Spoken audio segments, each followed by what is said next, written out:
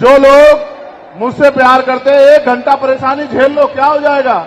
हम किसान मजदूर के बच्चे हैं, हम किसान कमेरे वर्ग के लोग हैं, हम वो लोग हैं जो सफाई का काम करते हैं, हम वो लोग हैं जो मजदूरी काम करते हैं, हम वो लोग हैं जो बिल्डिंगें बनाते हैं, हम लोग हैं जो खेतों में काम करते हैं। हमें आदत है परेशानियां सहने की, तो सह लो। अगर आप बैठ जाओगे तो मैं अपनी बात रखूंगा, वरना वचन देता हूं कि अपनी बात नहीं रखूंगा। आप जानते हो मेरे नेचर को, मैं वचन देके नहीं मुकरता हूं। अभी आपको तय करना है।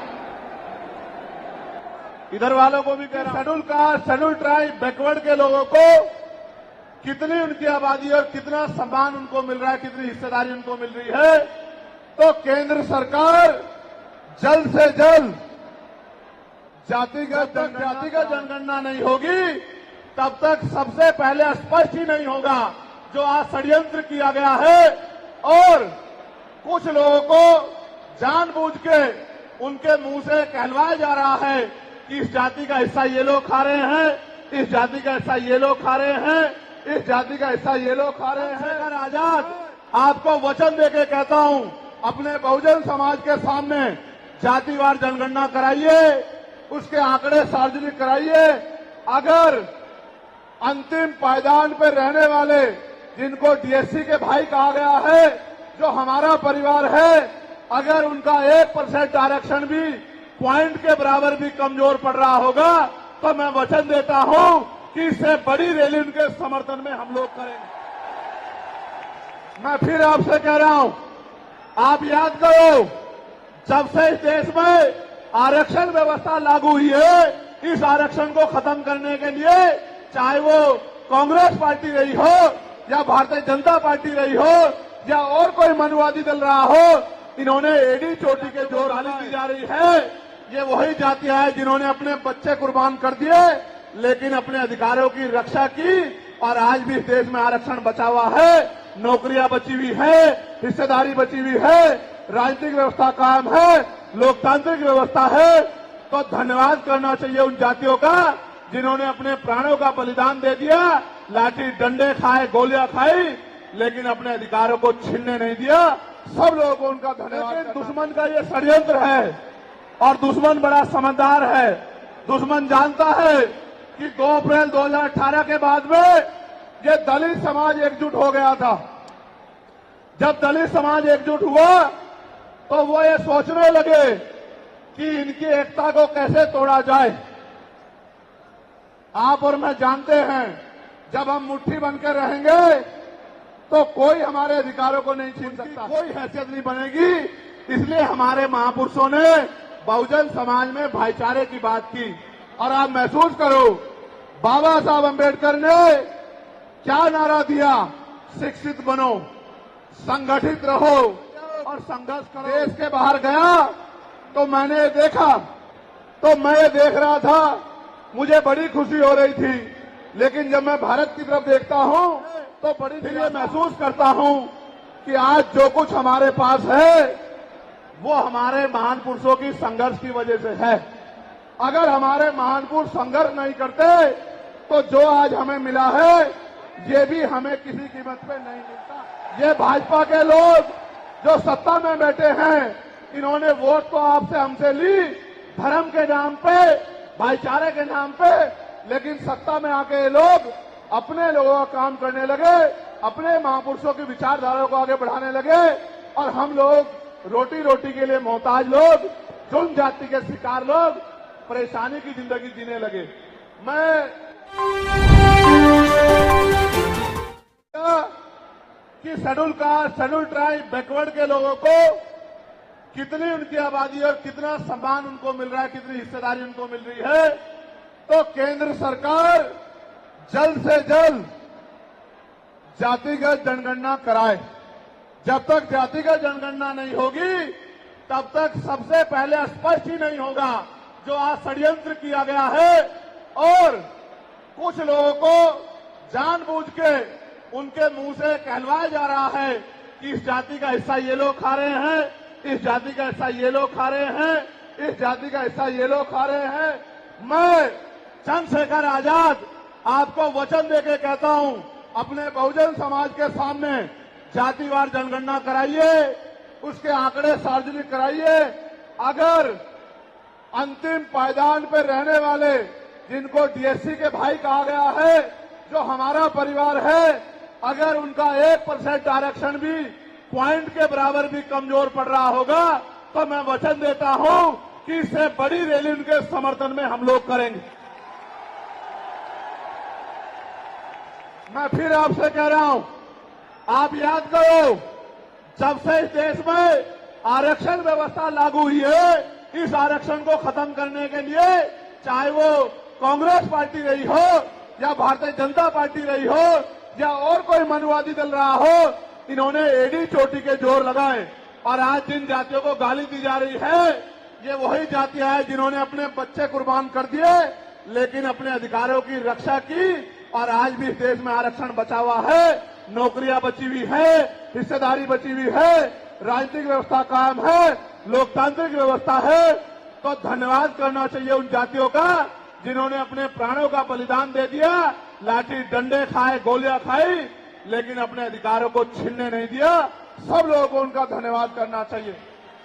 लेकिन दुश्मन का ये षड्यंत्र है और दुश्मन बड़ा समझदार है। दुश्मन जानता है कि 2 अप्रैल 2018 के बाद में ये दलित समाज एकजुट हो गया था। जब दलित समाज एकजुट हुआ तो वो ये सोचने लगे कि इनकी एकता को कैसे तोड़ा जाए। आप और मैं जानते हैं, जब हम मुट्ठी बनकर रहेंगे तो कोई हमारे अधिकारों को नहीं छीन सकता, लेकिन जब जब हम बट जाएंगे, एक उदाहरण के तौर पे बताता हूं, अगर आप झाड़ू की सिक्कों को इकट्ठा कर दोगे, वो सिक्के जो हैं एकजुट हो जाएंगे, उनको बांध दिया जाएगा तो वो सारा कचरा साफ कर देंगे। लेकिन अगर वो जो सिक्के होते हैं, अगर आपने उनको अलग अलग कर दिया तो वो कचरा साफ नहीं कर पाएंगे, वो खुद कचरा बन जाएंगे, उनकी कोई हैसियत नहीं बनेगी। इसलिए हमारे महापुरुषों ने बहुजन समाज में भाईचारे की बात की। और आप महसूस करो, बाबा साहब अम्बेडकर ने क्या नारा दिया? शिक्षित बनो, संगठित रहो और संघर्ष करो। हमें शिक्षित भी बनना है, संगठित भी होना है और अपने विरोधियों बैरियों के खिलाफ संघर्ष भी करना है, अपने अधिकारों के लिए संघर्ष भी करना है। मैं जब देश के बाहर गया तो मैंने देखा कि वो लोग तरक्की कर रहे हैं, उनकी जिंदगी खुशहाल है, उनकी जिंदगी अच्छी बन रही है। लेकिन उनकी जिंदगी तो अच्छी बन रही है, लेकिन 75 साल की आजादी के बाद आज भी भारत में 80% लोग ऐसे हैं जो रोटी कपड़ा मकान से वंचित है, जिनको इज्जत की जिंदगी नहीं मिल रही। तो मैं ये देख रहा था, मुझे बड़ी खुशी हो रही थी, लेकिन जब मैं भारत की तरफ देखता हूं तो बड़ी निराशा हाथ लगती है। फिर ये महसूस करता हूं कि आज जो कुछ हमारे पास है वो हमारे महान पुरुषों की संघर्ष की वजह से है। अगर हमारे महान पुरुष संघर्ष नहीं करते तो जो आज हमें मिला है ये भी हमें किसी कीमत पे नहीं मिलता। आप जानते हैं, हमेशा आरक्षण के खिलाफ चाहे सुप्रीम कोर्ट हो या मनुवादी दल हो, सब लोगों ने आरक्षण को समाप्त करवाने के लिए एड़ी चोटी के जोर लगा दिए। और इसका सबसे बड़ा हमला इस पे कब हुआ? जब 10% ईडब्ल्यूएस लागू हुआ। मुझे माफी चाहते हुए कहना है कि हमारे दलों ने भी हाथ उठा के, जो हमारे पूर्व के दल थे, उनका समर्थन किया, जबकि वो आरक्षण पे सबसे बड़ा हमला था। अगर उसी दिन हम लोगों ने सड़कों पर निकल के अपनी आवाज को उठाया होता तो किसी की मां ने दूध नहीं पिलाया होता कि वो दोबारा आरक्षण पे हमला करने के बारे में सोच लेता। ये भाजपा के लोग जो सत्ता में बैठे हैं, इन्होंने वोट तो आपसे हमसे ली धर्म के नाम पे, भाईचारे के नाम पे, लेकिन सत्ता में आके ये लोग अपने लोगों का काम करने लगे, अपने महापुरुषों की विचारधारा को आगे बढ़ाने लगे और हम लोग रोटी रोटी के लिए मोहताज लोग, जुल्म जाति के शिकार लोग परेशानी की जिंदगी जीने लगे। मैं चाहता हूं कि जो जिंदगी हमारे लोग ऑस्ट्रेलिया में जी रहे हैं, ऑस्ट्रिया में जी रहे हैं, इटली में जी रहे हैं, यूरोप में जी रहे हैं, पूरे अमेरिका में जी रहे हैं, कनाडा में जी रहे हैं, हॉलैंड में जी रहे हैं, नीदरलैंड में जी रहे हैं, ऐसी जिंदगी की व्यवस्था भारत में भी हो। लेकिन ये तभी संभव है जब राजनीतिक शक्ति हमारे पास हो। अगर राजनीतिक शक्ति भाजपा और कांग्रेस के पास रहेगी तो हम लोग इज्जत की जिंदगी इस देश में नहीं जी सकते। इस बात को आप लोग मेरी ध्यान रखना। ये मैं नहीं कह रहा हूं, ये बाबा साहब अंबेडकर ने कहा, political power is the master की। राजनीतिक सत्ता वो चाबी है जो आपकी सारी परेशानियों का हल कर देगी। और राजनीतिक सत्ता जिनके पास है उनके लोग हजारों हजारों करोड़ रुपए लेके भाग जाते। उनके लोग उनके पूंजीपतियों के लाखों लाखों करोड़ रुपए माफ कर दिए जाते। लेकिन अगर आपका 10,000 रुपए का बिल भी बाकी हो तो 10,000 रुपए का बिल भी अगर आप नहीं दोगे तो मुकदमा लिख के आपको जेल भेजने का काम सरकार कर देगी और आपके घर की कुर्की भी करा देगी। आप किसानों का, मजदूरों का हाल देख लो, आप नौजवानों का हाल देख लो इस देश में क्या है।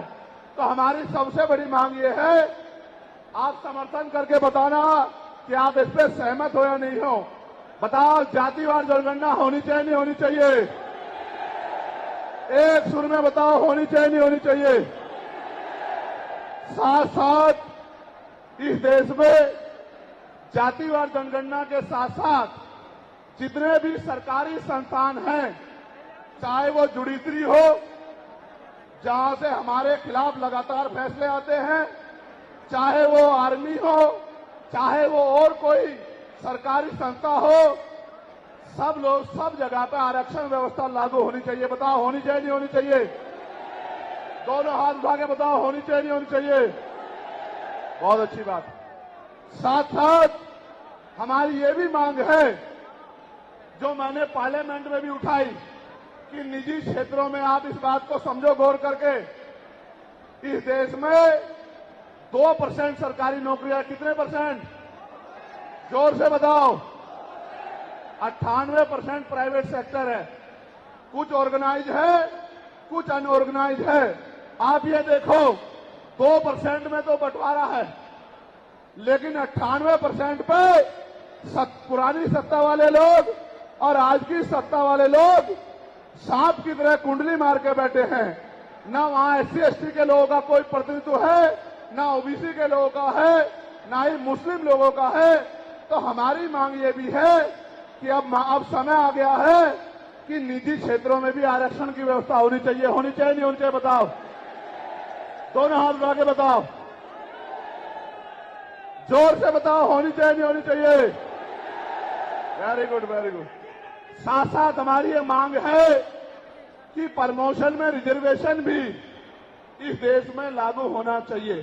शेड्यूल कास्ट, शेड्यूल ट्राइब और बैकवर्ड के लोगों के लिए प्रमोशन में रिजर्वेशन भी सरकारी संस्थानों में लागू होना चाहिए। लागू होना चाहिए, लागू होना चाहिए? बताओ, जोर से बताओ। हमारी ये भी मांग है कि मंडल कमीशन की बाकी सिफारिशें भी लागू होनी चाहिए, क्योंकि जब तक मंडल कमीशन की बाकी सिफारिशें लागू नहीं होगी तब तक पिछड़े वर्ग के लोगों को बराबर की हिस्सेदारी और सम्मान नहीं मिलेगा। हमारी ये भी मांग है, सरकार कह रही है कि क्रीमी लेयर लागू करना चाहिए और जज साहब भी कह रहे हैं क्रीमी लेयर लागू करना चाहिए। मैंने पार्लियामेंट में पूछा कि भारत में कितने शेड्यूल कास्ट के लोग, शेड्यूल ट्राइब के लोग अरबपति बन गए, इसका डाटा आपको सार्वजनिक करना चाहिए, आर्थिक आंकड़े सार्वजनिक करने चाहिए। तब हमें पता लगेगा कि क्रीमी लेयर की स्थिति में हम आए या नहीं आए। आपको शायद जानकारी नहीं है, मैं आपको बताता हूं, आज भी बहुत सारे पदों को NFS करके, नोट फाउंड सुटेबल करके हमारे योग्य लोगों को नौकरी से निकालने का काम ये सरकारें करती है, क्योंकि कलम की ताकत उनके हाथ में होती है। जिनकी राज सत्ता पे कब्जा होता है, हमारे लोगों का राज सत्ता पे कब्जा नहीं है, इसलिए सारी योजनाएं हमारे खिलाफ बनती हैं। हमारी ये भी मांग है, जिस पर मैं गौर कर रहा हूं, सरकार ने कहा, मैं आज इस पर भी बोलूंगा। आज अगर मैं इस पर नहीं बोलूंगा तो हमारे लोगों को पता ही नहीं लगेगा देश में क्या हो रहा है। सरकार ने कहा कि वर्गीकरण लागू होना चाहिए। मैंने आपको बताया कि बातें तो बहुत लोग करते हैं, लेकिन जब आरक्षण पे हमला होता है, जब और किसी तरीके से आरक्षण को खत्म किया जाता है, जब गांव-गांव जाके लोगों को समझाने का प्रयास किया जाता है, तब जिन जातियों को आज सरकार के इशारे पे गाली दी जा रही है, उनको ही उन्हीं की जिम्मेदारी मान के लोग घर में बैठ जाते हैं कि भाई यही आरक्षण की रक्षा करेंगे, यही अधिकारों की रक्षा करेंगे। लेकिन सच ये है, अगर सरकार की मंशा वर्गीकरण के जरिए वास्तविकता में निचले पायदान पे बैठे अंतिम व्यक्ति को ऊपर उठाने की होती, तो जिस तरह से 10% आर्थिक आधार पर आरक्षण की व्यवस्था की गई थी, 10% आरक्षण की व्यवस्था डीएससी के भाइयों के लिए, डीएससी परिवारों के लिए सरकार कर सकती थी। उनका कोई मतलब नहीं बैठता था कि इन्हीं में टुकड़ा डाल दे, क्योंकि सरकार जानती है इनमें बंटवारा हो जाएगा तो इनके खिलाफ आंदोलन आसान हो जाएगा, इनको पता भी नहीं चलेगा कब इनके अधिकार खत्म हो गए। मैं आपसे कहना चाहता हूं, सरकार बताए उनके पास वर्गीकरण की क्या पॉलिसी है, किस आधार पे वो वर्गीकरण करना चाहते हैं, कौन से आंकड़े उनके पास है, कौन से डाटा उनके पास है। मैं सरकार से जानना चाहता हूं, सरकार कमेटियां बना दे और वर्गीकरण किस फॉर्मूले पे करेगी ये भी बता दे। हम सरकार को भी सुनना चाहते हैं। अभी देश में पिछले दरवाजे से कुछ नहीं होगा, जो कुछ होगा आमने सामने होगा। अगर हमारे अधिकारों की बात आएगी तो लड़ाई आमने सामने लड़ी जाएगी। सरकार ये भी बताए क्या वह रोस्टर में बदलाव करेगी, क्या सरकार रोस्टर में बदलाव करेगी, सरकार बताएगी। हमारे लोग तो अभी सही तरह से चीजों को नहीं जानते हैं। मैं ये भी विश्वास दिलाता हूं, स्पेशली डीएससी के भाइयों को कह रहा हूं, मेरी बात को गौर से सुनना। स्पेशली डीएससी के भाइयों को कह रहा हूं, उन जातियों को जो लोग आंदोलन कर रहे हैं, आपको एहसास नहीं है, जब देने की बारी आएगी हम बताएंगे अपने भाइयों को किस तरह से आगे बढ़ाया जाता है, किस तरह से उनकी हिस्सेदारी दी जाती है। अभी तो हम पे देने कुछ है ही नहीं। मैं आपको विश्वास दिला कहता हूं, डीएससी के जो हमारे भाई हैं, वाल्मीकि समाज के भाई हों, धानुक समाज के भाई हों और बागड़ी समाज के भाई हों और किसी सैसी समाज के भाई हों, मैं चंद्रशेखर आजाद वचन देके कहता हूं बहुजन समाज के सामने, ये हमारी आपसी बातचीत है। आप दुश्मन के इशारों पे काम मत करो, हम लोग बैठ के अपनी लड़ाई को निपटा लेंगे। हम लोग अपने आप बैठ के चर्चा करके आपके साथ बैठ के, अगर कहीं हमें कुछ डर भी है, आप चीजों को नहीं समझ पा रहे हो या हम लोग समझा नहीं पा रहे, अगर आपको अधिकार मिलता है तो बताओ, हमारे किसी व्यक्ति को तकलीफ है क्या? बताओ, अगर हमारे डीएससी के भाइयों को अधिकार मिलता, बताओ, हाथ उठा के बताओ, तकलीफ है क्या हमें किसी को? ये इतना बड़ा जन समूह गवाही दे रहा है, अगर डीएससी के भाइयों को कुछ मिलता है तो हमें तकलीफ नहीं है। लेकिन हम इस सरकार की मंशा को जानते हैं, हम इस सरकार को जानते हैं, इनके चरित्र को जानते हैं।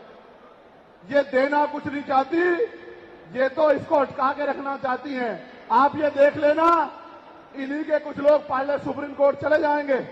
जैसे उदाहरण के तौर पे गौर करो, 69,000 शिक्षक भर्ती में सरकार ने 20,000 पदों पे घोटाला किया। हम लोगों ने आंदोलन किया तो सरकार ने 6,800 नियुक्ति की लिस्ट जारी की। फिर अपने लोगों को हाईकोर्ट भेज के उस पर रोक लगवा दी। फिर हाईकोर्ट पे फिर हमारे लोग लड़े तो उन्होंने कहा दोबारा लिस्ट जारी करो, इनको अधिकार मिलना चाहिए। तो वोट लेने के लिए हमारे लोगों के सामने कहा कि भाई मिलना चाहिए, हम समर्थन करते हैं, लेकिन अपने लोगों को सुप्रीम कोर्ट भेज दिया और सुप्रीम कोर्ट में इनके बैठे जजों ने फिर से उस पर रोक लगा दी। इसलिए हमें इनकी नीयत पे शक होता है। मुझे डर ये भी है, अगर ये अधिकार स्टेट गवर्नमेंट को दे दिए गए तो ये कॉन्स्टिट्यूशन का तो बहुत बड़ा वॉयलेशन होगा ही, 340 का, 341 का, लेकिन AB का। लेकिन सबसे बड़ा खतरा ये है कि कल जो सरकार सत्ता में आएगी वो किसी भी अन्य जाति के लोगों को शेड्यूल कास्ट में उनको शामिल करके आपके पूरे अधिकार को छिन-भिन कर सकती है। अगर ये पावर स्टेट को मिल गई, हमें सरकार की मंशा पे सिर्फ शक है। हमने ये भी मांग की, आपको याद होगा, यूपी के साथी हमारे जानते हैं, हमने 2 साल पहले, पौने 2 साल पहले मांग की थी कि जो 52% ओबीसी हैं उनको 27% रिजर्वेशन सुप्रीम कोर्ट के लोगों ने दिया। आबादी से आधा। सुप्रीम कोर्ट ने मंडल कमीशन की रिपोर्ट के बाद ना चाहते हुए सरकार ने कर दिया, तो सुप्रीम कोर्ट ने अपने तरीके से रोक लगा के 27% दिया। हमने मांग की पौने 2 साल पहले यूपी में गोरखपुर में पीसी करके कि ओबीसी की आबादी तो 52% ही है, तो 15% 27% से अलग 15% आरक्षण की व्यवस्था अलग से अति पिछड़ी जातियों को करानी चाहिए। मांग हमने पौने 2 साल पहले उत्तर प्रदेश में उठाई थी। उसके बाद उसी दिन हमने मांग उठाई, क्योंकि हमें न्याय चरित्र है। हम बाबा साहब अम्बेडकर को, माननीय काशीराम साहब को अपना नेता मानते हैं। हम ज्योतिबा फूले साहू जी महाराज को अपना नेता मानते हैं।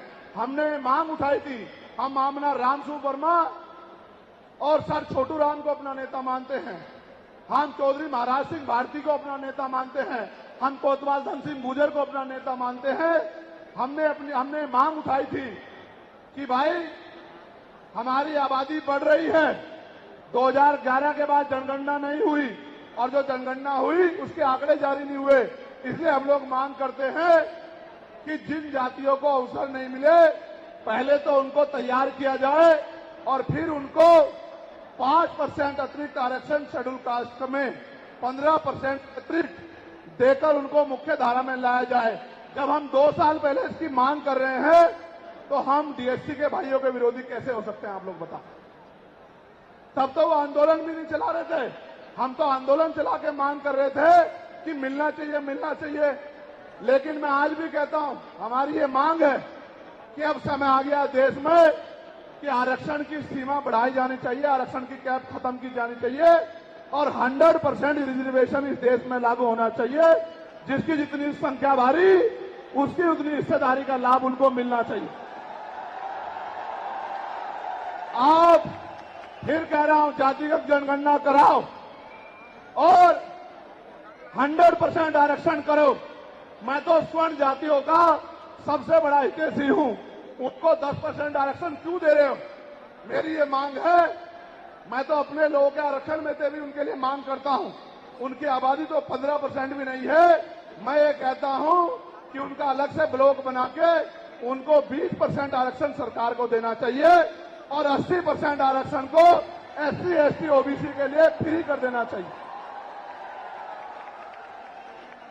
जबकि काशीराम साहब तो 85% की बात करते थे, लेकिन मैं समझता हूं कि उनमें भी लोग गरीब हैं, इसलिए मैं उनका 5% और बढ़ा रहा हूं। लेकिन पहले देश को ये तो बता दो, जातिगत जनगणना करा के, कि भाई अभी तक उनका प्रतिनिधित्व कितना है, अभी तक उनकी सरकारी नौकरियों में हिस्सेदारी कितनी है और कितनी कमी उनकी है जो आपने 10% उनको दे दिया। आज हम लोग एक और मांग भी उठाते हैं कि कास्ट का आरक्षण बढ़ा के उसकी संख्या के आधार पे 25% करना चाहिए। बताओ सहमत हो, नहीं सहमत हो? जोर से हाथ उठा के, दोनों हाथ उठा के बताओ सहमत हो, नहीं सहमत हो? तो ये हमारी वो मांगे हैं जिनके लिए आज हम लोग यहां इकट्ठा हुए हैं। और हम इकट्ठा नहीं हुए आज तो मजबूरी या अपने देश से प्यार था कि हमने अपने आंदोलन को बदलाव कर लिया। अगली बार अधिवेशन तो होगा इंदौर में, लेकिन जब तो इस बार एक और बड़ा आंदोलन रामलीला मैदान में, और रामलीला मैदान से अपनी ही पार्लियामेंट का घेराव करके अपनी मांगों को उठाने के लिए हम लोग करेंगे। बताओ मदद करोगे, नहीं करोगे?